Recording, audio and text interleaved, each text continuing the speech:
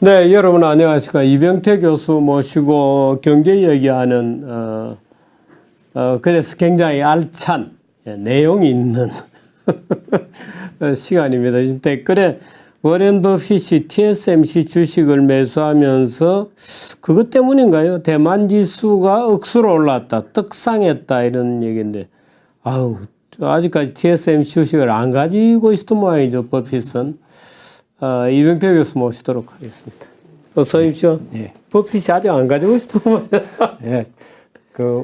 우리 예상하고 늘 타이밍 시점이 다르잖아요. 네. 워렌 버핏이. 그래서 돈을 버는데 아마 이제, 어제 그 시진핑하고 바이든, 네.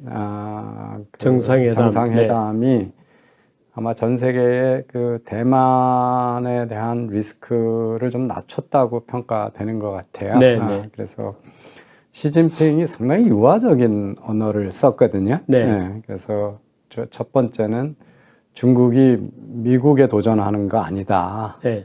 두 번째는 그 기존 질서를 다른 질서로 대체하려고 하는 거 아니다. 네. 이제 그래서 서방에서 시진핑의 중국에 대해서 하는 얘기들을 부인한 거죠. 시진핑은 이제 그 미국과의 헤게모니 전쟁을 하고 그 다음에 미국 중심의 또는 서방 중심의 국제 교역 질서를 중국 중심으로 재편한다고 하는데 그게 아니다라고 상당히 유화적인 메시지를 보냈고, 시진핑은 또 대만 정책에 대해서 그 바이든은 하나도 바뀐 게 없다. 그러니까 그 하나의 중국 정책에는 변함이 없다. 뭐 그렇지만 대만 침공하면 가만히 있지 않겠다, 이런 정도의 이야기가 나와서 아마 세계 경제에서 미중 갈등이 생각보다 이렇게 쉽게 에스컬레이션 되지는 않을 것 같다. 그런 그 해석들을 하고 있는 것 같습니다. 그리고 그 TSMC가 그 대만 경제에 차지하는 비중이 워낙 크기 때문에 저 지수가 올라가면 주가가 올라가면 대만 전체 주가 지수는 다 올라가게 돼 있습니다. 그렇군요. 우리 시장에서 삼성전자의 비중하고는 비교할 정도가 아닐 정도로 TSMC의 비중이 크기 때문에 대만에서요. 그래서 아마 그런 경향이 나타나고 있습니다. 어제 어떻든 근데 북한 문제는 별로 말이 없을 거예요, 그죠? 그거는 시진핑은 아예 발표문에 북한 문제를 아예 빼버렸고, 한국, 일본, 미국하고의 정상회담에서 그 메시지를 내놨기 때문에 아마 바이든이 시진핑하고 얘기하진 않았을 거예요. 했어도 아마 중국에서는 크게 사실은 별 영향가 없는 이야기겠죠. 중국이 지금 한일 미국이 이렇게 강력히 결속하고 서방이 결속하는데 중국이 북한하고 거리를 둘 그럴 인센티브가 없으니까 아마 별로 그렇게 중요한 이야기는 아니었을 겁니다. 워낙 미국하고 중국 사이에 그 이슈가 톤다운 해야 되는 이슈들이 너무 많기 때문에 오늘 아침에 미국 언론들은 대체적으로 워머한 얘기를 했다. 이런 식으로. 그래서 이제 우리 보수 일각에서 기대하는 것만큼 무슨 바이든한테서 강력한 컨프런테이션을 하는, 대결하는 강한 메시지들이 나온 것 같지는 않습니다. 왜냐하면 바이든도 이제 선거도 끝났고 그랬으니까 지금 저걸 관리를 해야 되는 시점이거든요. 그리고 이제부터 아마 생각보다 일찍 미국의 대선 전국으로 다음 대선 전국이 생각보다 일찍 진입될 가능성이 큽니다. 왜냐하면 트럼프의 대안이 나와버렸으니까. 트럼프가 대안이 나왔고 트럼프가 그걸 의식해서 이제 내일인가요? 15일에 대선 출정을 발표를 하겠다, 중대한 발표를 하겠다고 그랬기 때문에, 그래서 지금 이번 선거는 어떻게 보면 이제 민주당 승리 쪽으로 거의 네. 그래서 상원 의원은 민주당이 이제 가져갔고 가져갔는데다가 네. 한 석을 더 늘릴 가능성이 커져 있거든요. 네. 그 지금 조지아주가 지난번에도 지금 대결부터 그 민주당 후보가 지난번에도 그 보궐선거에서 그 결선 투표에서 됐던 거거든요. 네. 근데 그때도 사실 진다고 그랬는데 트럼프가 개입하면서 선거 부정령 들고 나오면서 그 저기 민주당 지지했던 네. 특히 그 조지아주의 흑인 유권자들이 대략 그 투표에 나오면서 결선 투표에서 이겼거든요. 네. 그래서 그리고 이제 어쨌든 현직 상원 의원이 그러니까 조지아주에서 뭐 지금 그냥 여론조사는 누가 이길지 모르는 거로 돼 있는데 승률은 그래도 민주당 승리율이 조금 높은 거로 보면 네. 한 석이 늘어나는 게 되고 네. 그렇게 되면 51석이 됩니다. 네, 51석이 되고 부통령까지 하면 52석이 되는 2석이 거고 되죠. 49석 이렇게 되는 거죠. 그리고 지금 하원도 지금 11석인가만이 결정이 안 돼 있는데 네. 저기 여러 언론들이 승자를 예측하는 거로 보고 있는데 지금 차이가 한 8석인가 밖에 안 네. 되거든요. 7석인가 네. 확정돼 있는 차석이. 지금 뭐 언론마다 조금 표현이 다릅니다만 204석 대 211석 이런 정도니까 7석이잖아요. 그래서 그 나머지 11석 있는데 현재 5개는 아무도 예측 못 하겠다고 예. 6개 석에서는 민주당 쪽으로 기우는 게 4석 이렇게 돼 있거든요. 그래서 참 그야말로 그냥 박빙으로 끝나거나 하원도 잘못하면 민주당이 가져가. 민주당이 그러니까 확률은 높지 않지만 네. 그 가능성도 배제할 수 없는 네. 상황으로 지금 돼 있습니다. 그래서 그렇게 되면 다음 선거를 예측을 하는데 중국하고 일찍부터 컨프런테이션으로 가서 경제의 불확실성을 많이 높여놓으면 네. 바이든이 불리하잖아요. 그래서 네. 막판에는 막 중국 때리는 척을 할 겁니다. 선거 직전에 네. 가서는. 그렇지만 지금부터 한 1년간은 유화 정책을 쓸 거기 때문에 네. 미중 갈등은 상당히 생각보다는 좀 네. 낮게 진행될 거다 이렇게 네. 예상을 하고 있습니다. 자, 오늘 이제 우리의 주제로 넘어가십시다. 예. 지금까지 이제 첫 번째 세계 경제가 글로벌화되면서 어떻게 되고 있냐는 얘기를 참 오랫동안 17번에 걸쳐서 얘기를 했는데요.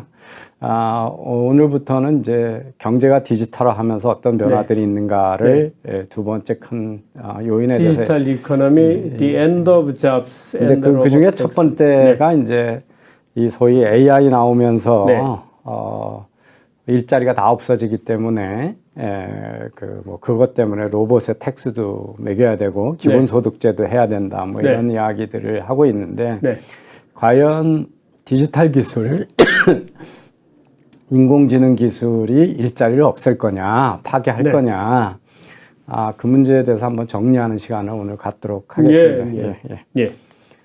그 전에 이제 아마 여러분 보면 세계 서방 경제 중에서 아주 이상한 예외 나라가 하나 있는데 일본입니다. 일본이 금리 인상을 안 하고 있잖아요. 그렇습니다. 그렇죠? 그래서 일본은 왜 금리 인상을 안 하고 있나에 대해서 경제 뉴스를 보면서 하겠습니다. 일본 총재가 또 구로도 하죠. 지금 보통 이제 90년대 여기 일본의 이 파란색이 잃어버린 몇 년의 30년의 스타트이죠. 그래서 이 파란색이 물가고요. 이 녹색이 실제 경제 성장률이거든요. 그래서 지금 요 91년 요때 동경의 부동산 버블이 꺼지면서 그리고 주식장 버블 꺼지면서 그 이후로는 경제 성장률이 거의 90년 초부터 지금까지 0%에 있고 물가도 지금 사실은 마이너스인 때가 더 많죠. 지금 보시면 파란색이 지금 파란색이 물가입니다. 그리고 중간에 레거노믹스 막 할 때 잠깐 반등했다가 여전히 지금 이 물가도 안 올라가고 경제 성장도 안 하는 디플레이션 경제가 계속되고 있습니다. 오늘 아침에도 뭐 지난 몇 달 동안에 마이너스 성장이었다고. 예. 그래서 지금 뭐 이것도 이제 제로 성장을 하고 있고요. 근데 이 보면 그 결과 이제 저기 실질임금이나 명목소득이나 다 0% 이하에서 네. 급여가 30년째 오르지 않는 또는 감소되고 실질급여가 감소되는 나라가 돼 있습니다. 예, 지금도 최근 것마저도 그 저기 아베노믹스가 했을 때 물가가 좀 올라갈 거라고 그래가지고 청색이 지금 이제 기대 물가 심리거든요. 그래서 2% 가지 않겠냐 그러다가 그 아베노믹스 뭐 잠깐 얘기하다가 다시 떨어져가지고 이 지금 소비자들의 기대 물가 지수도 꿈쩍을 하지 않고 지금도 뭐 2% 미만에 있습니다. 그럼 여기서 이제 우리가 왜 일본만 이상하게 이렇지? 그래서 이 저기 플라자 협약 이후에 이제 엔화의 달러 가치 대비 이 최근에 이제 엔화가 급속히 하락을 했잖아요. 달러에 대해서 그래서 140 미만 거의 뭐 우리 원화 비슷하죠. 140, 150 간다 뭐 이런 얘기가 나오고 있다고. 그리고 일본은 계속 지금 양적 완화를 하고 있고 저금리 정책을 쓰고 있는데 서방 중에서 유일하게 일본 중앙은행이 금리 인상에 동참하지 않고 있잖아요. 그래서 그리고 플라자 협약 이후에 일본에 어마어마한 양적 완화를 하고 금리 인하를 했잖아요. 근데 왜 인플레이션이 안 돼? 지금 안 됐냐? 우리 지금 얘기하는 게 팬데믹 와중에 미국의 중앙은행이 워낙 그 통화를 팽창시켜가지고 지금 그 인플레이션 때문에 전 세계에 몸살 떨고 있는데 똑같은 짓을 일본이 했는데 일본은 왜 인플레이션이 안 올라가냐? 왜 이게 일본의 잃어버린 30년하고 무슨 관계가 있느냐. 그리고 경제 위기 지금 같을 때 정부가 뭘 해야 되는지에 대해서 일본의 그 실패한 경제 정책 30년이 시사하는 바가 뭔가를 좀 보면 되는데요. 이게 이제 그 대달러 환율이거든요. 그래서 지금 1달러가 360엔 하던 게 이제 뭐 이렇게 100엔 이하로 떨어졌거든요. 그러니까 급격히 엔화가 고평가된 거죠. 근데 최근에는 지금 이제 보시다시피 1달러가 110엔 정도 하던 게 150엔까지 쳤다가 지금 떨어져가지고 140엔 정도 되지만 단기간에 아주 지금 몇 달 사이에 어마어마하게 엔화가 약세로 돌아섰거든요. 그렇습니다. 근데 이제 이게 얼마나 급격했냐면 85년에 1달러에 240엔이었는데 88년에 120엔으로 그 3년 사이에 2분의 1로 그러니까 2배로 엔화가 강세가 된 거죠. 그 이제 엔고가 되니까 수출이 안 될 거 아닙니까? 그래서 불황이 시작이 됐어요. 86년서부터. 그러니까 이 불황을 타게 하려고 그 일본 정부하고 중앙은행이 어마어마하게 이제 양적 완화의 그 소위 경기 부양책을 썼거든요. 그래서 한 해 사이에 금리를 5번 낮춰서 3%를 늘렸습니다. 86년에. 그리고 통화를 많이 공급하니까 그 늘어난 돈 때문에 주식하고 부동산이 그냥 폭등을 자산 시장만 뭐 화랑이 됐어요. 근데 이때 한 게 뭐냐면 이제 우리가 경기 요새 저기 여러분 뉴스에 보는 게 미국에 잘 나가는 기업들이 전부 해고하는 뉴스거든요. 그러니까. 아마존이 이번에 10,000명을 해고하거든요. 그다음에 이제 트위터 머스크가 뭐 사자마자 반으로 줄였고요. 그렇게 버티던 페이스북 메타도 지금 그 어마어마한 양의 하죠. 이걸 보면 어제 보니까 참 불쌍한 친구인데 인도 친구가 그 페이스북 메타에 고용이 돼가지고 캐나다에 근무하라고 그래가지고 인도에서 비행기를 타고 왔거든요. 캐나다에. 이틀 후에 해고 통보를 받았어요. 도착하고. 저런. 참. 우리 같으면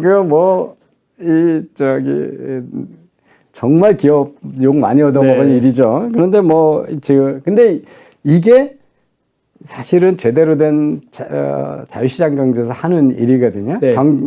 어떤 게 경제가 좋으면 과잉 투자하게 돼 있죠. 그러다가 경제가 나빠지면 잘못된 투자를 철회하고 구조조정을 네. 해서 이 체력을 다져야 되잖아요. 네. 그래서 이걸 해야 되는데 이걸 수용을 못 하는 거예요, 일본이. 네. 이 해고당하는 거를. 그러니까 경기 불황이 와서 기업이 망하고 해고당하고 실업률이 높아지는 거를 못 견디죠. 못 견디니까 전부 보호 정책에다가 지원 정책을 네. 쓴 거거든요. 그리고 전부 경제 활성화 대책에 네. 집중한 거죠. 그러니까 이제 그 무역은 무역대로 안 되는 데다가 정부는 계속 빚으로다가 하니까 그래서 이제 트윈 데피시라고 그래가지고 네. 쌍둥이 적자. 네. 그래서 거대한 정부 재정 적자하고 무역 적자가 발생을 했고요. 그러고 이제 했던 그 버블이 생겼던 그 주식하고 부동산 네. 시장이 90년대 꺼지면서 이제 어려워졌는데 네. 그래서 지금 일본의 중앙정부가 얼마나 그 통합 팽창을 하는 양적 완화라고 그러는 네. 거예요. 양적 완화라는 게 그냥 중앙정부가 그 기업이나 정부가 가지고 있던 채권 네. 같은 거 사주는 거잖아요. 그러면 현금을 네. 주는 거. 그래서 장부상으로는 중앙정부에 이제 온갖 그 자산이 늘어나게 나죠. 예, 채권이나 뭐 주식이. 그래서 이게 빨간색이 일본이고요. 네. 그 다음에 중앙은행의 자산이 늘어난 거예요. 그만큼 돈이 일반 시중으로 풀렸다는 거예요. 네. 저 은행으로, 금융기관으로, 저는 정부 쪽으로. 그 다음에 주황색이 미국의 연준이고요. 예, 그 다음에 요 청색이 유럽 중앙은행이고, 그 다음에 녹색이 영국입니다. 그러니까 일본이 2000년서부터 아마 이미 이때부터 월등히 다른 나라보다 양적 네. 완화를 많이 했습니다. 근데 이제 이게 아까도 말씀드렸듯이 좀비 기업을 정부가 보호 정책을 쓰고 지원 정책을 쓰면서 좀비 기업만 잔뜩 네. 연명을 하고 네. 그러다 보니까 이 정부의 반시장 정책이네 다 보호 정책이니까 네. 있는 그러니까 국내 경제가 미래가 불확실하니까 일본 기업들이 어떻게 하냐면 돈을 가지고 전부 금융시장도 그렇고 국내에다 투자를 못하고 해외에다가 다 투자를 한 겁니다. 네. 그래서 어마어마한 자본의 급격한 해외 유출이 시작이 되거든요. 네. 그러다 보니까 돈을 늘려서 경기부양책을 쓰려고 그랬는데 돈이 없는 거예요, 국내에. 네. 그러니까 또 정부는 더 빚을 내고 이 통화증발의 악순환이 계속이 됐거든요. 그래서 투자가 안 이루어지고 국내에서 투자를 안 하니까 당연히 이제 장사가 잘 안 되니까 노동 생산성 낮아지고 그러면서 급여도 못 올려주고 그러면서 스태그플레이션이 됐거든요. 네. 근데 이게 보는 게 왜 통합 팽창을 했는데 네. 경기가 활성화 안 되고 그 인플레이션 안 왔냐 하면 네. 이제 우리가 본원 통화라 그래서 그 화폐공사가 찍으라는 돈 외에도 종이돈이 있고 그다음에 이제 우리가 그 융자 뭐 이런 걸 해가지고 다 채권까지 해서 M3라고 하는 게 있는데 실제 경제 활동에 많이 기업들이 쓰는 거는 이제 M3를 가지고 통화량을 보면 되는데 보시면 이게 일본입니다. 빨간 거? 아니야, 파란 게요. 파란 거. 그러고 빨간 게 미국이고요. 네. 이 녹색이 유럽입니다. 그렇군요. 그러니까 통화 증발을 어마어마하게 했는데 실제 유통되는 돈 통화량은 일본은 안 늘어난 거예요. 안 늘어난 거예요. 그러니까 중앙은행하고 정부는 돈을 펑펑 쓰는데 경제에 도는 돈의 양은 아주 완만히 나오고 그다지 늘어나지 않았다. 그러니까 인플레이션이 안 되는 거예요. 실제 경제에 투입되는 돈이 없으니까 그 돈이 어디로 그래서 지금 M0, 그러니까 이게 본원 우회가 본원 통화인데 일본이 미국 정부가 찍어낸 일본의 통화인데 경제에 유통되는 M3는 거의 100에 일정한 거예요. 그러니까 이 돈이 일본 경제에서 돌지 않았다는 겁니다. 정부가 찍어낸 돈이. 특이한 현상입니다. 특이한 현상. 이게 어디 갔냐면, 요 이제 까만색이 그 자본의 순 유출이거든요. 그러니까 위쪽으로는 해외에다 투자하는 거고, 밑에 쪽으로는 해외에서 일본으로 들어온 거고. 그래서 그 차이가 요 까만색인데 네. 다 해외, 그러니까 국내 들어오는 돈은 적고 해외로 네. 나가는 돈이 많아져가지고 국내에서 자본 유통이 안 된 거죠. 네. 그러니까 그러면 이제 그래서 이게 이제 설명이 되는 거죠. 그러니까 네. 양적 완화를 하고 재정 확대를 그렇게 했는데도 왜 물가가 안 오르냐? 네. 실제 경제에 투입된 돈은 안 늘어났다. 예. 그다음에 돈이 전부 밖으로 나가니까 환율이라는 거가 그렇게 경제가 나쁘면 엔화가 절하가 돼 가지고 예. 달러가 강세로 됐어야 되는데 네. 최근만 그렇고 지난 30년 동안은 네. 엔화가 부동으로 여전히 강세잖아요. 강세였죠. 그러면 네. 달러고 엔화 양에서 국내 남아 있는 엔화가 적으니까 네. 상대 환율에서 엔화가 강세일 수밖에 없는 거예요. 비교 네. 비율이. 네. 그렇죠? 그러니까 달러가 적고 엔화가 많아야 엔화의 가치 하락이 네. 일어날 텐데 이미 엔화가 해외에 다 나가 버리고 국내에 있는 통화량이 적으니까 예. 그래서 경기가 그렇게 나쁨에도 불구하고 30년을 지속했는데 엔화가 강세가 왜 지속되느냐 이것도 이 M3를 보면 알 수가 네. 있다는 거죠. 그래서 이제 계속 좀비 기업을 맡아 놓으니까 좀비 기업들은 살아남으려면 계속 가격 할인을 하고 네. 건전한 기업들 그렇잖아요. 그러면 멀쩡한 기업들이 이거 만들어봐야 돈이 안 된다. 네. 그러니까 투자를 안 하게 네. 되고 그다음에 가격을 계속 할인하니까 좀비 기업하고 싸 정부 보조금 받은 정부 기업하고 네. 싸야 되니까 할인을 해야 되니까 그거 원가를 맞추려면 임금을 싸게 줘야 되는 거죠. 그다음에 이제 대표적인 게 그 노동시장의 비효율인데 이거 우리나라가 똑같거든요. 이중화돼 가지고 종신고용의 전통이 있는 네. 데다가 연공 소열로 주니까 경력직이 다른 회사로 잘 네. 이전은 맞아요. 못하거든요. 맞아요. 못죠. 그러니까 네. 경쟁이 일어나지 않죠. 노동시장에. 그러니까 임금을 안 올라가게 되는 거고, 그런 거죠. 사실 우리나라가 이 정도 지금 됐으면 내 파가 났을 텐데 폭동이 나거나 일본 사람들 참느니까요. 내 파가 나야 되는데 여기는 안에 섭수가 돼. 네, 그 다음에 이제 일본이나 우리나 정부를 너무 믿는 경향이 있어가지고요. 네.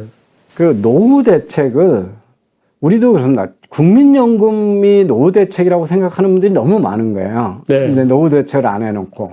근데 이제 그 국민연금이 소득 대체율이 낮잖아요. 그러니까 예. 자기가 100 벌던 거 중에 한 30밖에 안 주는 네. 거거든요. 네. 그러면 빈곤으로 떨어지는 거잖아요. 근데 일본이 그렇습니다. 우리가 모든 걸 일본을 베껴서 했다 보니까 네. 일본이 그 사회복지에 쓰는 돈이나 연금 대체율이 되게 낮아요. 그러다 보니까 노인 계층이 많아지면 원래 노인이 많아지면 어떻게 되냐면 소비만 하고 생산을 안 하기 때문에 네. 그 물가가 올라가야 되거든요. 네. 근데 소비를 안 하는 인구가 너무 많아진 거예요. 네.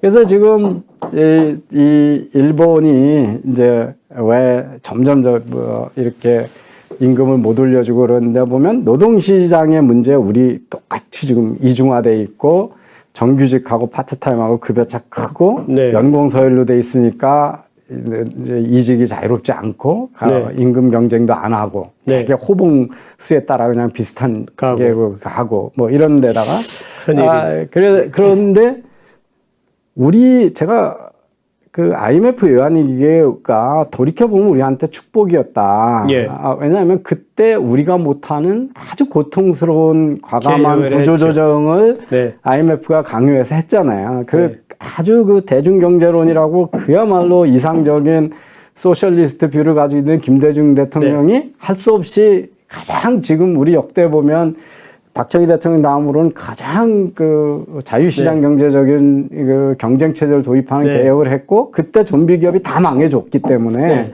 살아남은 기업이 제값을 받고 받을 수 있었잖아요. 근데 그 이후로 여전히 지금 우리는 이제 위기가 올 때마다 구조조정을 하고 이런 거보다는 일본을 지금 따라가고 있어서 구조조정 때 사실 그때 질적 변화가 있었던 것은 그때가 뭐 현재로서는 유일하죠. 우리나라 거의 유일합니다. 사실 그래서. 지금 벌써 우리가 변화를 해야 된다는 목소리가 계속 그냥 묵살되고 있죠. 예. 그래서 그 왜 전 세계가 금리를 올리는데 일본은 못 올리고 있고 그렇게 양적 완화를 했는데 왜 N골은 지속됐고 네. 왜 일본 경제는 저렇게 잃어버린 30년이 됐는가? 그 일본을 보면서 지금 우리 이 정부 정치권이 하고 있는 네. 짓을 경제가 어려워질 때는 그 고통을 그 경제 주체들이 다 나눠 가져야 되거든요. 예. 그래야 가게도 빚을 줄이고 기업도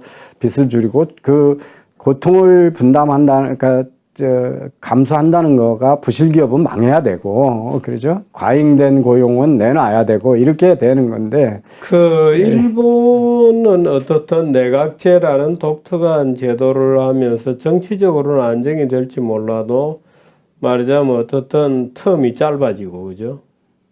또 자칫하면 말하자면 불신임 받게 되고 그러니까 고통을 수반하는 정책을 내놓기란 굉장히 어렵고 그래서 일본의 그 정책이라는 게 소위 요즘 얘기하는 모던 머니 티어리 네. 현대 화폐 이론 화폐 이론의 실패를 명백히 보여줬음에도 불구하고 미국이 그 MMT 이론 주장자들이 계속 떠벌리고 케인지안들하고 해가지고 지금 이 사태를 벌인 거거든요. 네. 그래서 그 일본의 교훈을 미국도 못 배웠던 거죠. 미국도 네. 못 배웠고 전 세계가 못 배웠고 팬데믹이 그냥 모든 이성을 마비시켜가지고 네. 지금 이 지경에 왔습니다. 근데 일본을 보면서 이제 우리가 해야 될 게 뭔지 한번 좀 네. 생각해 봤으면 좋을까. 그래서 이제 저도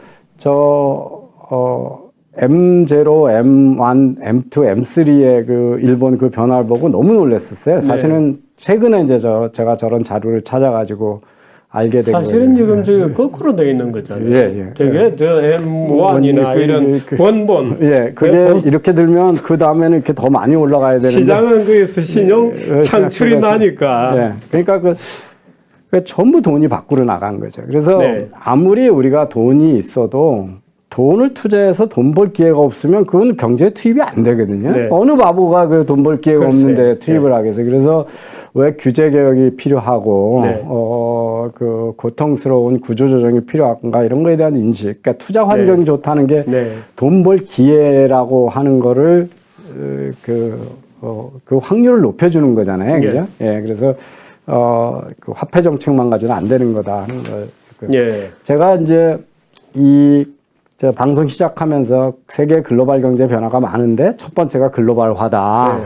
이제 두 번째가 이제 기술의 급속한 변화가 세상 변화를 많이 가져온다라는 얘기를 했고, 이 평상적이지 않은 이건 뭐 기술의 미래인가 뭐 그렇게 번역이 돼 있는데, 이 No Ordinary Disruption에 보면 네 가지가 나와 있습니다. 기술의 변화, 그 다음에 이제 인구 변화, 그 다음에 도시화. 거기에는 없지만 최근에 많이 되는 이제 기후 변화. 그래서 이 순서대로 제가 이 방송 주제들을 찾아서 지금 말씀드리고 있는 건데 지난 시간까지는 글로벌리제이션 했고 오늘부터 그 기술 변화, 디지털 경제를 얘기를 하겠습니다.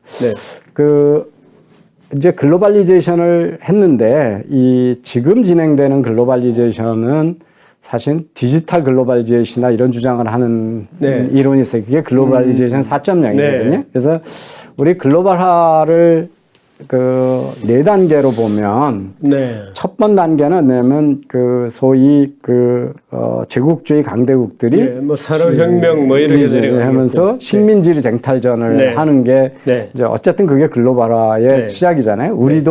우리나라 똑같죠. 일본이 와서 점령하면서 서방 세계에 노출이 된 거잖아요. 그래서 국가 주도의 글로벌화가 1.0이었다. 그 다음엔 다국적 기업이 시장을 찾아서 전 세계로 퍼져 나가는데 그래서 그게 기업 주도의 글로벌화다 하는 거고요. 세 번째는 요새 다들 뭐 해외여행 안 가본 적 없고 유학 안 가고 이민 다니잖아요. 그래서 개인들이 주도한 글로벌화다라는 거고요. 근데 지금은 뭐냐면 사람도 안 움직이고 기업도 안 가도 데이터는 그냥 국경을 마구 넘어간다는 거죠. 그래서 지금 뭐 BTS가 유튜브 동영상 하나 올리는 순간 전 세계 데이터량이 쫙 가는 거잖아요. 그죠? 우리가 페이스북 쓰고 트위터 쓰고 뭐 하는 순간에 또는 뭐 아마존에서 해외 직구하고 알리바바에서 직구하는 사이에 어마어마한 데이터와 개인 정보들이 오가잖아요. 그래서 그 20세기가 예. 이 원자를 빨리 움직이는 세상이었다면 네. 이제 21세기는 비트다. 비트를 빨리 움직이는 세상이고 이게 데이터 플로우. 그래서 그 이 국경을 넘나드는 데이터 양이 2005년에서 14년 사이에 벌써 45배가 늘었다고 그러거든요. 허허. 지금은 10년인데 그죠? 예, 지금은 몇백 배 늘었을 겁니다. 그때 하면 지금 우리가 쓰고 있는 데이터 양이라고 하는 게 네. 국경을 넘나드는 데이터 양이 데이터에 무슨 형식 이런 게 있습니까? 아니요, 그냥 다 비트 수인데 예. 나라 사이를 지내다니는 움직이는 비트 수를 다 계산하면 네. 그 45배가 늘었다는 겁니다. 네. 2014년에. 그래서 옛날에 뭐 기껏 해외 전화하고 이런 것밖에 없었잖아요. 그죠? 근데 지금 인터넷 뭐 넷플릭스 보고 뭐 이런 것들이 다 이제 데이터 양이니까요. 어마어마한 양으로 바뀌는 거죠. 그래서 이 비트수가 움직이는 것만큼 돈도 따라 움직이는 거거든요.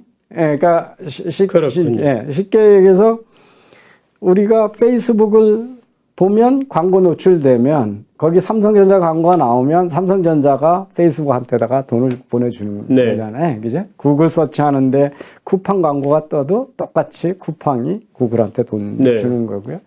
에어비앤비로 숙소 예약하는 순간 10만 원 하면 3만 원은 이미 에어비앤비로 국내 업체에서 가는 거고. 그래서 이 서비스 아니 그 광고라는 것조차 사실은 다 이 실렉트 되어서 저 통길동에게 적합한 광고 뭐 이렇게 뿌려주니까 그러니까 그런데 우리는 여기서 광고를 보지만 돈은 그 이미 메타, 구글, 아마존으로 가는 거잖아요. 그래서 그래서 전에도 보여드렸지만 이 선진국들이 GNI 그 기업하고 국민이 다 1년에 총 벌어들이는 돈이 국내에서 생산하는 활동보다 훨씬 커졌다. 해외에서 벌어들이는 돈이 많으니까.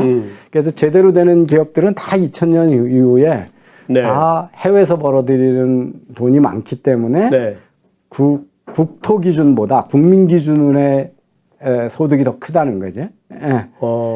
GDP는 국내에서 생산 활동이고 GNI는 국적 기준으로 하는 거잖아요. 지금 우리나라만 떨어지는군요. 우리나라도 그래도 2000 이후는 우리도 플러스로 됐으니까 GNI가 GDP보다 크니까 우리나라 기업들이 해외에서 벌어오는 돈이 많아서 국내에서 일어나는 총 경제 활동보다 더 크다는 거죠. 그러니까 이게 이런 것들이 다 저런 디지털 경제, 그러니까 뭐 이제 해외에서 돈 벌어오기도 하고 버젓이 여기 앉아서 해외로 그러니까 우리는 안 움직이지만 끊임없이 간접적으로 수출 수입을 막 하는 거잖아요. 그죠? 그래서 요 최근에도 뭐 그 블랙 프라이데이 세일이나 광군절 세일에 젊은 층들은 미국하고 중국에서 물건 많이 샀거든요. 그러니까 그런 것들이 이제 돈도 가고 물건도 오고 데이터도 가고 이런 거죠. 그래서 이제 이런 식의 그 국경을 넘나들어서 자유롭게 돈과 정보가 흐르는 그 디지털의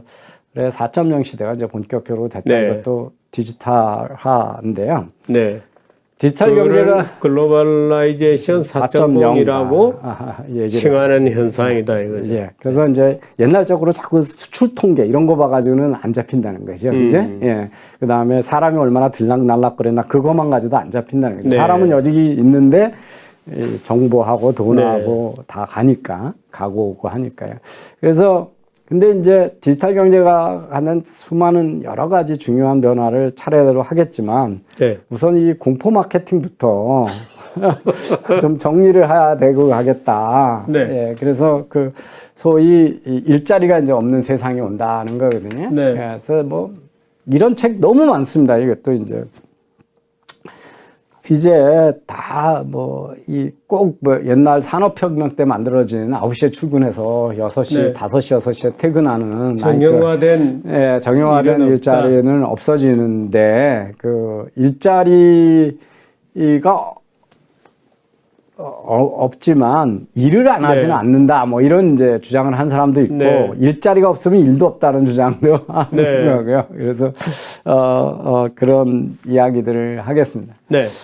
그러면 이제 자동화에서 일자리가 없어진다면 제일 공포에 떨어야 되는 나라가 한국이죠. 대한민국이에요. 이 로봇 사용 10만 명당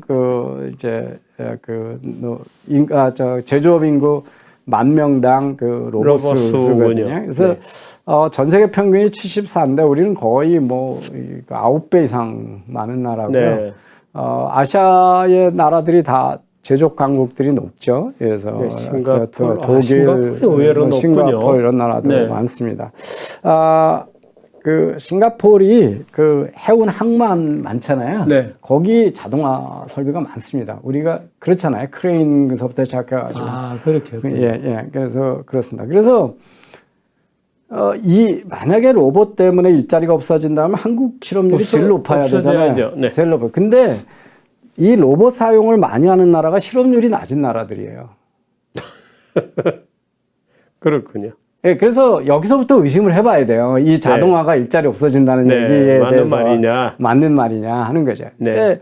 이 시작은 이 4차 다보스 포럼에 그래요. 칼 수압이 맞아요. 한 거짓말 예. 때문에 이렇게 4차 산업혁명은 이 책이야.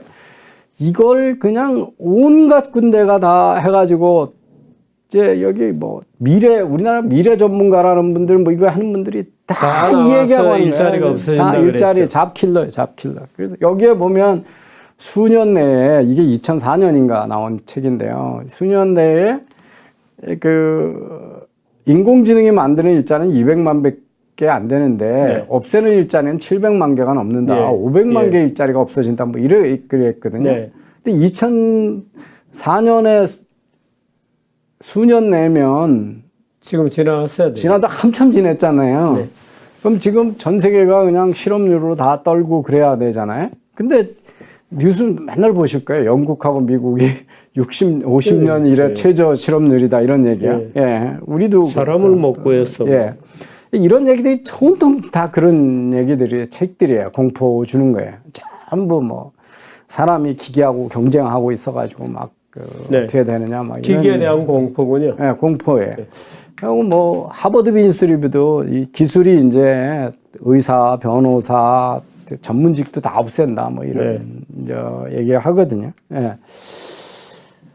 그래서 뭐 이 AI가 만드는 새로운 경제가 오는데 이게 뭐 컴퓨터가 점점 세지고 데이터가 많아지고 그래가지고 이제 그 인공지능의 딥러닝이 있고 알고리즘이 디시전 메이킹 막 하고 AI가 이제 옛날처럼 특정 분야가 아니라 무슨 문제든 다 해결하는 네. 이 제너럴 퍼포즈 테크놀로지 GPT가 네. 돼가지고 이게 뭐 이제 모든 분야가 AI에 받고 그래서 이것 때문에 이제 뭐 그러면 이제 일자리가 없어진다 이런 얘기입니다. 네. 근데 이게 세상에 모든 공포 마케팅에 공통되는 게 있습니다. 그게 뭐냐면 기후 변화, 인구 폭발 또는 인구 절벽, 네. 뭐 팬데믹 뭐 하면 결론은 늘 같아요. 종말론이죠. 뭐. 종말론인데 그래서 기본소득제 해야 되고 예. 뭐 이런 얘기예요. 그러니까 아이고. 이게 기본적으로 우리가 이제 그 환경운동 하는 사람들을 수박이라고 그러는 게 겉은 녹색인데 안에는 빨갱이다 예. 그래가지고 이게 위장 사회주의자들이라는 예. 얘기잖아요. 근데 이것도 똑같습니다. 그래서 뭐냐면 이제 이 AI가 로봇이 다 하니까 네. 그럼 사람이 소득이 없어지잖아요. 네. 그러면 로봇은 먹지도 않고 입지도 않고 여행도 안 한다는 거죠. 네. 그러면 경제는 위축이 될 수밖에 없다. 축소된다. 네. 산업혁명 이후로 커져만 가는 경제가 갑자기 빅뱅 이론, 우주의 빅뱅 이론처럼 갑자기 빅크런치가 일어나는 거야. 네. 다시 축소된다는 거죠. 그래서 AI가 일자리를 없애버리고, 새로 일자리를 만들지도 않고. 그래서 사람이 대체되고. 사람이 대체되고. 그러고 나면 아까처럼 로봇은 먹지도 않고 입지도 않고 여행도 안 하니까 수요가 없어지고. 수요가 없어지니까 가격은 내려져야 되고. 그러면 실업률은 이제 올라가고 네. 투자는 안 일어나고. 네. 그래서 이제 생활은 나빠지고 세상은 종말이 온다. 이렇게 네. 얘기를 하는 거죠. 그래서 근데 이게 처음 얘기냐는 거죠. 네. 우리 기계 파괴 운동할 때도 똑같은 얘기를 했잖아요. 네. 근데 저 케인즈가 1928년에 이런 논문을 썼어요. 우리 네. 손자 시절 때는 경제가 어떻게 될 거냐. 네. 그래서 한 100년 지나고 하루 3시간 나면 일한다고. 하루에 네. 3시간만 일을 하고 네. 그러고 나면 그것만 일해도 될 거다 이랬거든요. 근데 1928년에 100년 후면 이제 다 왔어요, 지금. 네. 그럼 우리가 지금 하루에 3시간만 일하고 잘 먹고 살면 뭐 좋죠, 뭐. 이거 뭐 얼마나 좋은 세상이에요? 근데 그럴 가능성은 전혀 없잖아요. 지금 없습니다. 이 얘기 받아가지고요. 1964년도 라이프지가 너무 못. 일은 이제 없어지고 맞아요. 자동화. 60년대가 저게 뭐냐면 이제 뭐 저기 포드가 예. 모델티 만들고 뭐 미국의 어마어마한 회사들이 그냥 규모의 경제로 대량 생산하면서 모든 물건값이 네. 막 떨어지던 팍스 아메리카 시절이거든요. 대기업들이 저렇게 싸고 값싸게 저렇게 많은 양을 물려내고 나면 네. 다른 기업들한테는 큰 놈들만 몇 개 있고 네. 기회가 전혀 없을 거다. 네. 그래서 그 유명한 경제학자 슈페터도 1970년쯤 되면은 자본주의가 몰락한다 그럴까요? 예. 90년 전에 70년에서 90년 사이에 자본주의가 몰락할 거다 그럴까요? 슈페터마저도 그 혁신을 보고 그 막스도 꼭 자본주의가 몰락한다 그러잖아요. 네. 이게 똑같아요. 그래놓고 이 라이프지가 그걸 이제 대중 잡지니까 야 기계가 다 하고 몇몇 기업이 소수가 다 생산하고 나머지는 네. 할 일이 없으면 집에서 하루에 3시간 저 유명한 경제학자가 하루에 3시간만 네. 일하고 된다 그러면 하루에 10시간 이상은 내조만 해야 되잖아요. 그러고 나면 인간이 그 쾌락 추구만 하게 되고 세상이 그냥 완전히 그래서 삶의 의미가 뭔지 공허해지고 뭐 이래서 네. 인류가 다 타락할 거다 그래가지고 네. 일이 너무 생산성이 높아서 일 없는 세상에 대한 네. 걱정을 64년에 라이프지가 이렇게 얘기를 했습니다. 네. 지금 투머치 레저를 해서 공허함만이 가득한 세상이 올 거다 이런 얘기가. 근데 이제 이 책에서 네. 정말로 이 이코노믹 싱귤러리티가 뭐냐? 아까 얘기했듯이 경제가 다 크런치 돼가지고 네. 축소돼서 아무것도 없는 변곡점 세상. 네. 그걸 이제 이코노믹 싱귤러리티라고 그러거든요. 네. 예. 근데 이제 여기 경고가 있습니다. 그 존 템플턴 경이라는 분이 영어에서 가장 비용이 높은 말이 뭐냐면 이번엔 다르다는 거짓말이라는 거예요. 착각이라는 게 주식시장에서도 맨날 그러잖아요. 이번엔 다르다. 이 존 템플턴이 그 주식시장에서 유명한 템플턴은 예. 하고는 다릅니까? 같은 얘기네. 같은 사람입니까? 이번엔 다르다는 말. 근데 일자리가 없어지려면 그냥 단순하게 얘기하면 이거잖아요. 로봇을 사람이 만들면 네. 사람 일자리가 있는 거잖아요. 그죠? 네. 예, 로봇을 움직이는 AI 알고리즘을 사람이 만들면 사람 일자리가 있는 거잖아요. 네. 그러니까 이 싱글레리티라는 얘기는 뭐냐면 로봇이 로봇을 만드는 거예요. 네. 그러니까 툴이 툴을 만들고 사람은 관여 안 하는 세상이 되는 거예요. 네. 그죠? 예. 그러니까 이게 뭐 공상과학 영화에 나오는 얘기가 되는 거죠. 근데 이 네. 얘기를 할 때 딥러닝하고 그 컴퓨터 사이언스 하시는 분들이 인공지능 하는 사람들이 항상 하는 얘기가 이번은 다르다는 거죠. 그러니까 네. 인공지능에 대한 그 약속 그리고 네. 지켜지지 않는 약속은 지금 60년 이상 지속되어 온 거거든요. 네. 인공지능이 자동화 다 할 거라고 하는 얘기는. 그래서 근데 이제 우리가 이 얘기를 얼마나 믿을 수 있는지를 한번 좀 생각을 해보시면 네. 2030년까지 이게 벌써 한 10년도 넘은 얘기죠. 미국하고 영국에 있는 일자리가 자동화 위험에 노출되어 있는 게 몇 %나 되냐. 네. 이제 자동화되고 일자리가 파괴될 거다. 네. 근데 첫 번에 4차 산업혁명이라는 책 나올 때 나왔던 연구가 바로 그 옥스퍼드 대학의 네. 이 두 프레이 앤 오스본이라고 하는 거거든요. 그분들이 네. 뭐냐면 미국 일자리의 반이 자동화에 수년에 다 노출된다고 없어진다. 전문가들한테 그 전문가라는 게 인공지능 하는 전문가들이에요. 네. 그쪽 분들한테 물어본 거예요. 우리 일자리가 자동화에 얼마나 노출돼 있냐. 47%라는 거예요. 가 일자리가 위험하다. 예. 그다음 거는 PwC가 했더니 군요. 38%라고 제일 마지막이라기에는 OECD는 9%라고 그래요. 네. 이게 이제 이쪽이 미국이고 저쪽이 영국이거든요. 네. 그러니까 이 세 개의 보고서가 얘기하는 네.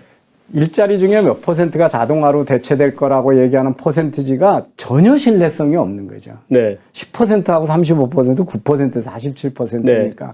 이게 무슨 과학적 방법론에서 나온 게 아니에요. 프레이 오스본은 연구자 이름이 뭐이죠? 예, 프레이어 오스본이 옥스퍼드 대학의 네, 연구자입니다. 이게 제일 유명한 논문이에요. 이것 때문에 지금도 그 잡이 다 없어지고 일자리에 뭐 텔레마케터는 99% 없어지고 뭐 그런 얘기가 다 여기서 나오는 얘기입니다. 아, 그렇습니까?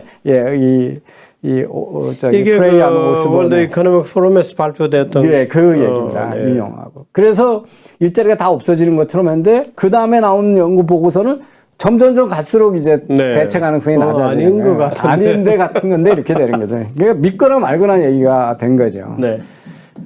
저희가 그래서 저희 연구실에서 미국은 정말 데이터 관리 너무 잘해요. 그 뷰로 오브 레이버 스태티스틱스, 그러니까 노동 통계국 거기서 미국의 일자리를 640개로 분류를 합니다. 네. 그 640개에 필요한 학력이 얼마고 네. 거기에 자동화 수준이 지금 몇 퍼센트나 진행되고 있느냐를 재밌네요. 보고를 해요. 네. 근데 이제 자동화가 뭐냐면 완전히 자동화됐다. 고도로 자동화됐다. 어느 정도 자동화됐다. 조금 자동화됐다. 자동화 전혀 안 됐다. 그래가지고 1에서 5로 레벨로 하거든요. 근데 이 평균을 총 내보면요. 2006년에 4.14 하일리 오토메이티드 돼 있다 그러거든요. 네. 아니 평균이 2.2예요. 2.2. 그러니까 슬라이트리 오토메이티드 아주 약간 자동화돼 있다. 어느 정도 자동화됐다. 약간 자동화돼 있다보다 조금 높은 거거든요. 네. 근데 그로부터 10년 후가 2.17이에요. 2.2에서 2.17로 네, 낮아졌어요. 높아진 게 아니고 차이가 마이너스 0.0이에요. 그리고 제일 자동화 높은 데는 하일리 오토메이터 4.1이고 제일 안 됐다는 1.04인데 네. 2015년에 가면 제일 많이 된 게 3.97이고 제일 안 된 게 1.0 없어요. 뒤로 차이가. 간 거다 이거죠. 예, 그러니까 저게 차이가 적어서 네. 통계적으로는 유의미하지 않은 숫자예요. 네. 그러니까 뭐냐면 2006년에서 2015년 사이 10년 동안 보니까 640개의 잡에 자동화의 진전이 별로 없다는 거예요. 아무 차이가 없다는 거예요. 네. 예. 그러니까 수년 내에 수백만 개 없어지고 다 자동화된다는 거는 미국 네. 노동통계국 조사에 안 나오는 겁니다. 그렇군요. 예. 자, 그러면 이게 왜 그러냐. 일자리는 늘 변해왔고 창조적 파괴가 경제 발전이다. 이걸 이해하는 게 되게 중요하거든요. 네. 보시면 이게 이제 미국의 일자리인데 네.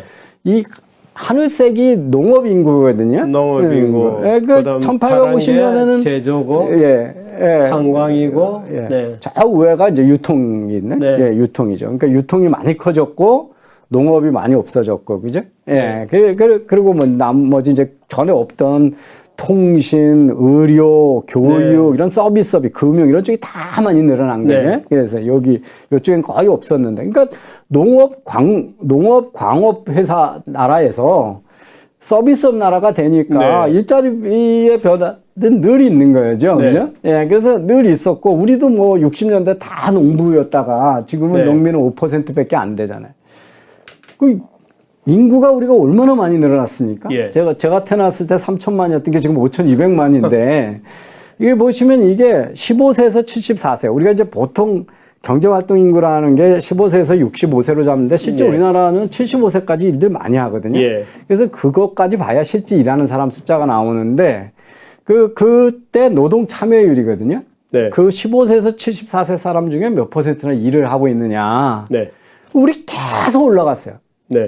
인구도 많아지는데 경제 활동하는 비율도 점점 커졌으니까 일자리가 엄청 많이 늘어났다는 거잖아요. 계속 기록갱신해요. 지금도 68.388이거든요.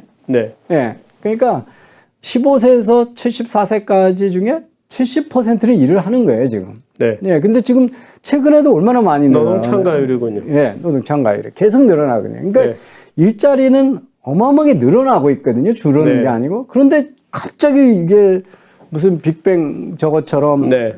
그런다고 그러죠. 근데 기술혁신이라는 건 일자리를 계속 바꾸는 거죠. 그죠? 네. 예, 내연기관차 하다가 전기차 만들면 네. 내연기관에 엔진 만들고 트랜스미션 만들던 일자리는 다 없어지는 거죠.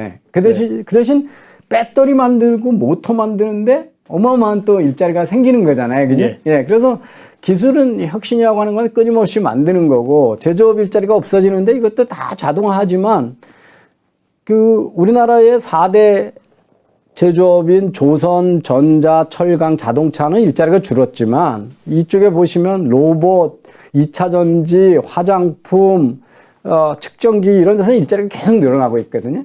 그 제조업 하나만 하더라도 사실 단순히 예측했을 때하고는 전혀 다르고 다른 거죠. 제조업만 하더라도 전체적으로는 줄지만 네. 또 늘어나는 부분은 상당히 있는 거죠. 그럼요. 언제 우리가 이렇게 많은 로봇을 쓰고 네. 화장품을 쓰고 뭐 예. 그랬겠어요? 예, 축전지를 쓰고 배터리만 해도 저렇습니다. 그래서 그 어디 없어지는 쪽만 보면 큰일 나는 것처럼 보입니다. 그죠? 예.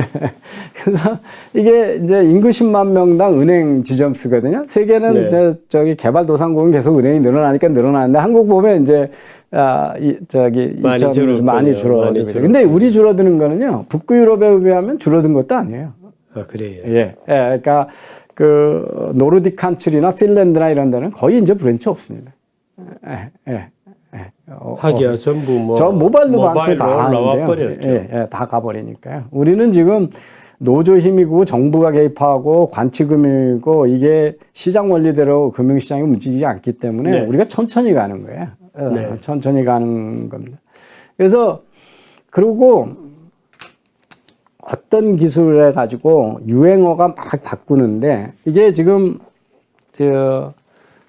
1980년에서 90년에 보시면 그 10년 사이에 네. 이쪽이 이제 교육 수준이거든요. 네. 그러니까 소위 급여 기준으로 제일 네. 고위직이고 이게 제일 저임금 근로자들이거든요. 네. 그 다음에 이제 그 10년 사이에 고용이 어떻게 바뀌었냐 보면 여기 0인데요. 네. 이 지금 자색이 그 80년에서 90년입니다. 보시면 저임금 일자리는 없어지고 고임금 일자리는 늘어나요. 야, 그렇군요. 예. 그래서 이걸 가지고 이제 그때 유행했던 얘기가 숙련 편향적 기술 혁신이라는 거예요. 이게 뭐냐면 스킬 바이어스드 테크놀로지컬 이노베이션이라고. 그러니까 뭐냐면 기업에서 의사결정하는 사람이 고위직이잖아요. 네. 그러니까 자기한테 유리한 기술을 쓰고 숙련도가 낮은 사람들을 희생시킨다는 거죠. 그러니까 저숙련자들의 일을 자동화시키는 걸 쓴다. 그게 이제 스킬 바이어스드 테크놀로지컬 이노베이션이라는 걸 이런 데이터를 가지고 얘기를 하는 거예요. 근데 이게 80년에서 90년이 뭐냐면 PC가 대중화된 겁니다. 퍼스널 컴퓨터. 그래서 이 없어진 쪽이 주로 어느 쪽이냐면 타이피스트예요. 그렇죠. 예, 그래서 회사에 제가 직장 생활을 할 때만 해도 한 디파트먼트에 한 과에 한두 명씩의 문서 전문가들이 있었죠. 주로 이제 상업고등학교 나온 여직원들이 주로 그 관리자들의 서류를 전부 워드 작업을 타이프 쳤었죠. 타이프 치다 워드. 그러다가 지금 누구나 문서는 다 자기가 하잖아요. 그죠? 그러니까 이쪽 일자리가 없어지는 거죠. 그런데 그거 지나고 나서 90년에서 2000까지 보면 녹색인데요. 가운데가 줄고 이쪽은 늘어나요, 또. 저쪽에 되죠. 그리고 2000년에서 2020년에 보면 저임금 쪽이 확 늘어나고 고임금 쪽은 별로 안 늘어나요. 그죠? 그래서 이게 그 기술이 PC 중심이었다가 점점 고도화되고 통신 중심이 되고 연결되는 게 되면서 따라서 어떤 기술이냐에 대해서 그 노동시장에 미치는 영향이 그때 전혀 다른 영상인 거예요. 근데 이걸 가지고 지금도 많은 사람들이 이 기술에 대해서 반대하는 사람들이 이 계급 투쟁론에 입각해서 숙련 청량적 기술혁신이 되고 있어서 의사결정을 하는 타격도 아랫단에 간다는 아랫도로 간 주장을 계속 하는 거예요. 이게 사실은 10년 단위로도 확 바뀌는 거거든요. 예. 근데 한 번 저런 얘기가 유행을 하면 몇십 년 가는 것 같아요. 아니, 지금이야말로 오히려 갈수록 더 이 고급 관리자에게 요구되는 스펙이나 지식의 종류가 복잡해지고 더 타격이 가는 거 아닌가? 더 변동성이 높아질 것 같은데. 예, 예. 그래서 이제 이게 다르다는 건데 왜 일자리가 없어진다는 이야기가 틀렸는가를 몇 가지 이제 이론을 하면 첫 번에는 대체제가 아닐 수 있다. 자동화가 되면 일자리가 준다. 이게 이제 제가 그 사회과학을 하는 사람들, 사회현상을 보는 사람들 중에 많은 오류가 오픈 시스템을 클로즈드 시스템이라고 주장하는 거잖아요. 그죠? 이게 개방 시스템인데 폐쇄 시스템이라고 보는 거잖아요. 그래서 그 폐쇄 시스템이면 더 수요가 안 늘어나는데 누가 더 가져가면 나는 마이너스가 된다는 제로섬으로 보게 되는 거죠. 그래서 지금 이게 제가 이제 여러 번 소개드렸는데 이게 뉴욕에 한 9개월에 걸쳐서 옐로우 캡이라고 하는 택시가 사람을 어디서 태우냐 하는 거거든요. 이거 보시면 다 맨해튼 타거나 맨하탄 가까이서만 해요. 그리고 요 옆에가 JFK 공항이거든요. 공항. 이거. 예, 이건가? 공항. 예, 공항이에요. 공항. 이거 저 케네디 공항. 그래서 그 사람 많이 태울 수 있는 데면 움직이죠. 그러니까 뉴욕에서 이제 이 서버브에 사는 사람들이 외교에 사는 사람들이 화가 난 거예요. 택시를 부르면 2시간 기다리라고 그러니까. 그래서 뉴욕시가 맨하탄에 못 들어가는 택시를 만들었어요. 그게 그린 택시예요. 그래도 보면 맨하탄에 가까운 쪽에서 다 태워요. 넓이는 안 태우고. 그죠? 아무래도 택시 기사가 그럴 거 아닙니까? 자기 영업 잘 되는 데서 태우게 되는 거죠. 임금 밀도 높은 데 가서 하는 거죠. 근데 저 우버입니다. 우버가 태우는 거 보면 다 이웃에서 태우니까 그냥 전 지역에서 태우잖아요. 그 보면 우버가 택시하고 경쟁일 것 같지만 택시가 커버하지 않는 시장을 우버가 커버하는 거예요. 그래서 많은 경우에 이렇게 외양만 보고 그래서 이렇게 보시면 이게 우버하고 리프트가 저기 공유경제에 의해서 이웃집 사람이 태워주는 거고 이 녹색하고 이 노란 게 택시거든요. 택시 수요는 변함이 없어요. 그런데 공유경제 차량 택시는 이렇게 올라가잖아요. 그래서 그렇게 해서 저 확정하는 게 80% 정도 된다고 밑에 지금. 예, 저희가 이제 이 데이터를 뉴욕시에서 어디서 사람을 태워서 어디서 내리는가를 그리고 우버가 어디서 태우는가 데이터를 그 몽짝 내려받아가지고 점 찍어가지고 통계적으로 몇 %가 경쟁 관계에 있는가를 분석해서 논문을 썼거든요. 그래서 이게 100개 중에 24개 정도만이 택시가 태울 거를 우버가 태운 겁니다. 그러니까 7, 80%는 그러니까 사람들이 택시 타기 힘들으면 여행을 안 하거나 지하철을 타거나 버스를 타야 되잖아요. 그래서 이게 택시하고의 경쟁이 아니에요. 내가 그 다음에 이 택시를 타기 쉽게 되면 간접적으로 생각하면 이렇습니다. 택시 타기가 힘들고 저기 대리운전비 힘들 것 같으면 주말에 맨하탄 갈 거 안 갈 거 아닙니까? 그러면 우버가 만약에 쉽게 데려다주면 값싸게 데려다주면 안 갈 거도 금요일 날 맨하탄에 바에 가잖아요. 올 때는 길거리에서 택시 잡고 타고 올 거 아니에요. 바로 잡으면. 그래서 이 우버가 택시 수요를 늘리기도 하거든요. 그래서 그래서 이걸 단순하게 무조건 뭘 경쟁 관계다 이렇게 보면 안 되는 거거든요. 예. 근데 이제 제일 잘 아는 게 이거잖아요. 이게 ATM 기계, 밑에가 ATM 기계 늘어나는 거거든요. 위에가 은행 직원 수거든요. 그러면 ATM 기계라는 게 그 오토매틱 텔러 머신이니까 은행원을 자동화하는 기계잖아요. 근데 왜 ATM 기계를 점점 늘렸는데 은행 직원 수가 점점 늘어나냐 하는 거거든요. 이게 이제 우리가 그 어떤 것들을 일이 제한돼 있다. 일량이 변화가 없는데 기계가 더하면 사람의 활량이 주는 건데 이거 설명하는 게 이겁니다. ATM 기계가 많이 놓여지면 두 가지 효과가 있습니다. 하나는 뭐냐면 은행에 남아있는 돈이 늘어나요. 어. 잠겨있는 돈이. 왜냐하면 거기에 내가 또 넣고 다닐 이유가 이거 없죠. 없어지는 거죠. 그러니까 제가 뭐 동해안을 한번 3일 뭐 일주일 여행을 간다. 그럼 그 전에 ATM 기계가 없을 때는 거 가서 은행 들어가고 뭐 이런 거 어려우니까 일주일치 쏠 돈을 다 빼가지고 갈 거 아닙니까? 근데 지금 어디 가나 ATM 기계가 있다고 생각하면 이제 요즘에 같이 뭐 온라인으로 다 하고 크랙카드 하는 거 아닌 시절에 은행에서 하루치 이틀치만 빼가도 거기서 필요하면 ATM 기계 빼야 되냐. 그래서 그 은행의 잔고가 높아져요. 은행의 잔고가 맡아진 거는 대출을 할 여력이 커지니까 비즈니스가 커지는 거죠. 예. 그게 이제 첫 번째 효과고, 두 번째는 못 사는 동네에는 지점을 하려면 10명의 텔러들을 은행원을 고용해서 운영을 했었는데, 그러면 이제 그 사업성이 없어서 지점을 못 열다가 지금은 한 지점 여는데 은행 직원 2명하고 저기 지점장만이 있으면 된다 그러면 그 수요가 없던데도 지점을 늘리게 되잖아요. 그 경제성이 생기니까 지점 수가 늘어나는 거예요. 그럼 고객이 커지는 거죠. 그래서 뭐냐면 자동화 투자를 해서 성공적이면 생산성이 높아지잖아요. 생산성이 높아지면 원가나 가격이나가 낮아지기 때문에 수요가 늘어져요. 수요가 늘어나니까 총량은 늘어나는 거죠. 그죠? 그래서 일자리가 고정돼 있지 않고 늘어나잖아요. 그죠? 그러니까 기본적으로 이제 그 투자하는 사람들이 다른 조건이 동일하다면인데 동일하지 않다는 거죠. 그래서 항상 그 경제의 대부분은 다이나믹이거든요. 그리고 클로즈드 시스템이 아니라는 거죠. 그러니까 이게 일자리가 커지잖아요. 그래서 이 자동화가 일자리를 줄이지 않는 거가 되는 거죠. 그 한번 지금 자율주행 자동차를 하면 택시기사 일자리도 없어지고 이런 얘기를 하잖아요.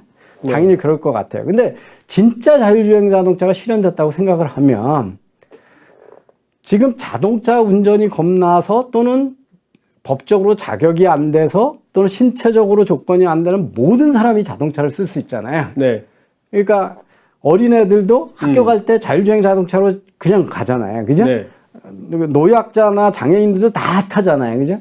그 복잡한 길거리 겁내는 주부들도 장롱 면허증 아니고 다 운전하게 되네. 그러면 도대체 자동차 수요가 얼마나 늘어날 거냐라고 우리가 상상을 하면 상상을 할 수가 없는 거죠. 그죠?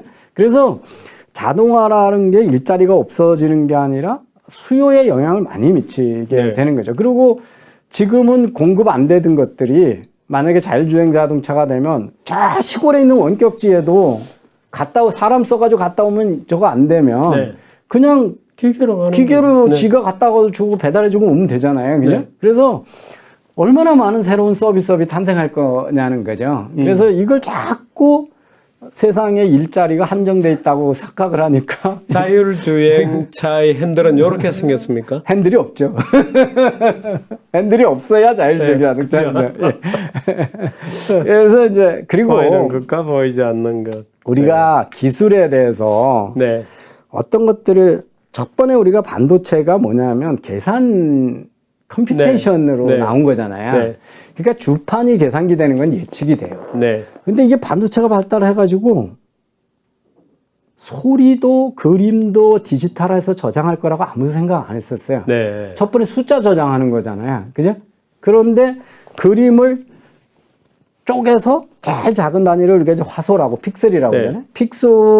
픽셀이 3원색이 몇 %씩 섞이면 고색이 나오냐를 숫자로 표시한 게 우리가 디지털 그 사진이잖아요. 그죠? 그리고 제가 얘기하는 걸 디지털화하면 음의 파장의 높이가 얼마나 되는가를 작은 시간으로 쪼개서 음고를 우리가 음성 파골 웨이브를 사운드 웨이브의 높이를 숫자로 저장해가지고 그걸 다시 재현한 게 우리 디지털 음악이잖아요. 소리잖아요.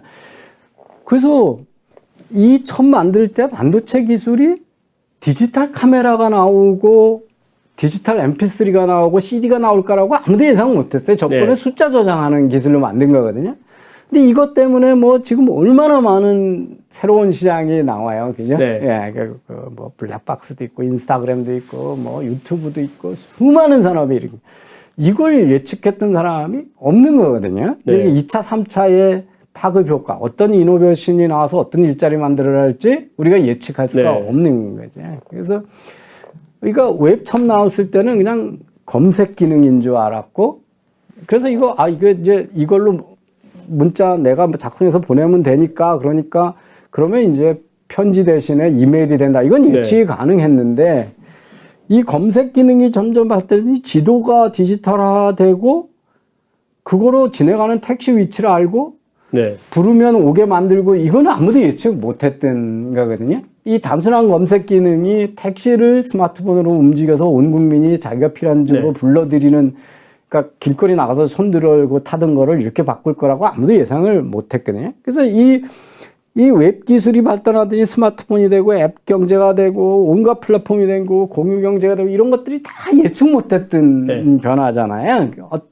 그러니까 어떤 기술을 가지고 새로운 어플리케이션을 찾아내려고 그 혁신 기업가들은 끊임없이 새로운 아이디어를 내는 거잖아요. 이걸 예측을 해가지고 수요가 한정돼 있다 이렇게 착각하는 게 이제 어마어마한 잘못이라는 거죠. 그래서 의사가 없어진다는 것도 순 거짓말인 게, 우리가 의료 검진을 통해서 이제 온갖 동영상 자료나 뭐 화학 피 검사를 해서 만약에 정확하게 병명을 그 인공지능이 다 예측할 수 있다고 치면, 근데 이 왓슨이라고 IBM이 인공지능했다, 이게 완전히 실패했거든요.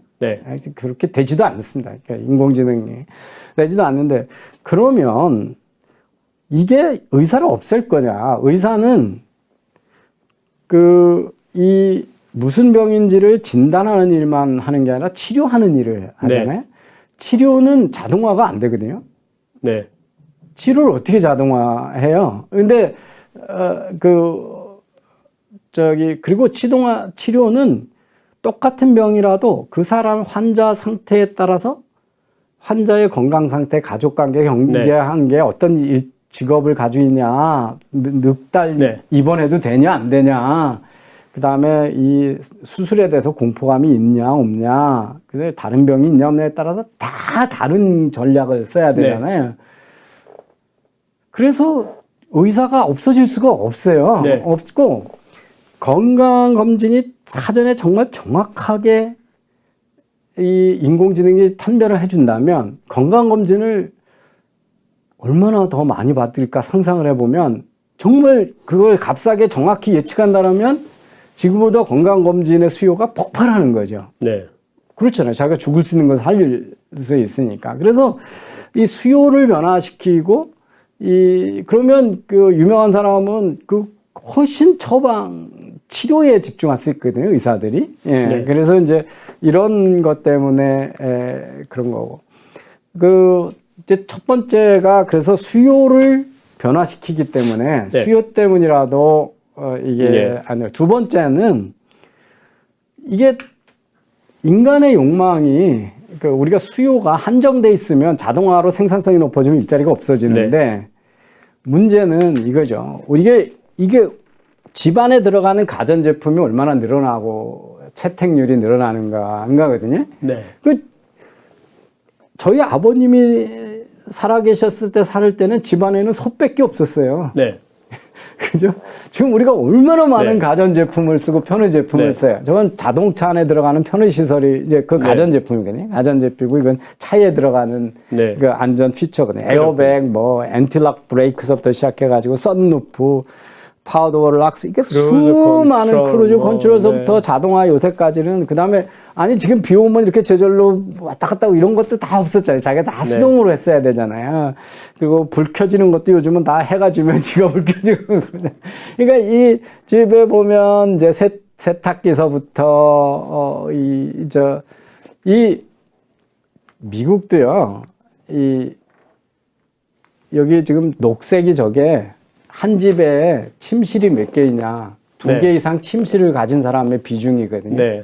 옛날에는 자식들 다 한 방에다 집어넣어놓고 썼던 거예요. 그러니까 이게 뭐냐면, 그러니까 왜 집값이 올라가냐 그랬을 때 자꾸 버블이라고만 생각하는데, 집의 품질이 무지무지 좋아지고 한 사람이 차지하는 면적이 커진다는 걸 사람들이 생각을 안 해요. 그냥 한 채 가격을 자꾸 비교하는 거예요.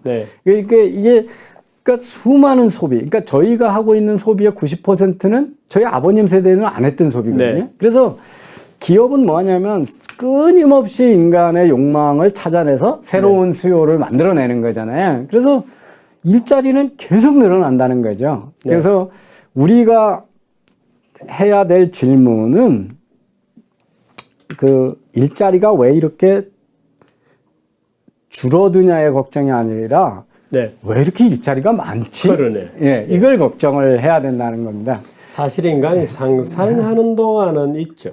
예, 이거 한번 보세요. 우리 국민이 언제부터 아메리카노를 안 먹으면 하루 시작 못하게 됐을까? 언제부터 와인을 안 먹으면 저녁 식사가 아닌 것처럼 생각했을까? 언제부터 티본 스테이크를 잘라 먹었나, 치즈를 먹었나 생각해보면 몇십 년 전에 하나도 없던 소비잖아요. 그죠? 예, 그래서 일자리가 계속 늘어나도 나기 때문에 일자리가 줄어들지 않는다. 다음 이야기는 이제 1시간이 넘어서 일자리가 자동화돼도 일자리가 없어지지 않는 이유는 수없이 많습니다. 그래서 다음 시간에 이야기를 계속 하도록 하겠습니다. 아니, 저는 거꾸로 가서 로마 시대 때로 예를 들어서 돌아갔다 고대 노예 사회에서 노예가 늘어나면 행복해질 텐데. 아, 그럼요. 네, 노예가 늘어나는 걸 이렇게 내 일자리를 뺏어간다고 생각하는. 예. 근데 제가 요새 놀라운데, 소위 보수 우파라는 분들의 모임에 가도 뭐 얘기하다 결론이 기본소득제예요. 네. 정말 저는 이해가 되지 않는 게 어떻게 전 세계가 안 하는 거를 한국이 그렇게 쉽게 할 수 있다는 얘기들을 그렇게 쉽게들 하는지 모르겠어요. 지난주에도 제가 했어요. 그러니까 4인 가족 기준 해가지고 1인당 70만 원씩 줘야 된다는 거예요. 네. 그래서 이 강의 이제 끝에 가서 로봇 텍스하고 기본소득제에 대한 이 4차 산업 공포 마케팅의 결론이 늘 로봇세 아니면 로봇세라는 게 기본소득제하고 똑같은 얘기거든요. 예, 그래서 그 얘기가 이제 얼마나 엉뚱한가 하는데, 우파들도 저출산이기 때문에 저출산 해결책이 기본소득이라는 거예요. 돈을 많이 줘가지고 일 안 하고도 먹고 살게 해줘야 애를 낳는다는. 그러니까 생산성이 높아져서 몇 사람만 벌면 되므로 이런 거죠. 예. 기후변화가 돼도 결론은 기본소득제고, 그러니까 로봇이 발전해도 기본소득세고, 뭐 이런 얘기를 하고 있습니다. 그러니까 최근에 쭉 보면, 보수가 어떻게 보면 뭐 보수 운동이 생긴 지가 얼마 안 됐잖아요. 얼마 안 됐기 때문에 공부해야 될 요소나 대목들이 너무 많다. 저는 요즘 이 보수 쪽에서 뭐 인터넷을 타고 카톡을 타고 돌아다니는 수없는 그 주장들을 보면서 야, 큰일 났다. 이게 사실은 다 보수 아니라 좌파들인데. 예, 지적 빈곤 상태에서 열정만 높아가지고 그냥 아무 얘기나 막 던집니다. 분별 없는 열정이죠. 참 험한 열정을 너무, 또 열정은 굉장해요, 그분들이. 그렇습니다. 계속 공부합시다. 더 할까요? 지금 1시간 10분이 돼가지고. 여기까지 하고. 다음 주에 하겠습니다. 고맙습니다. 예.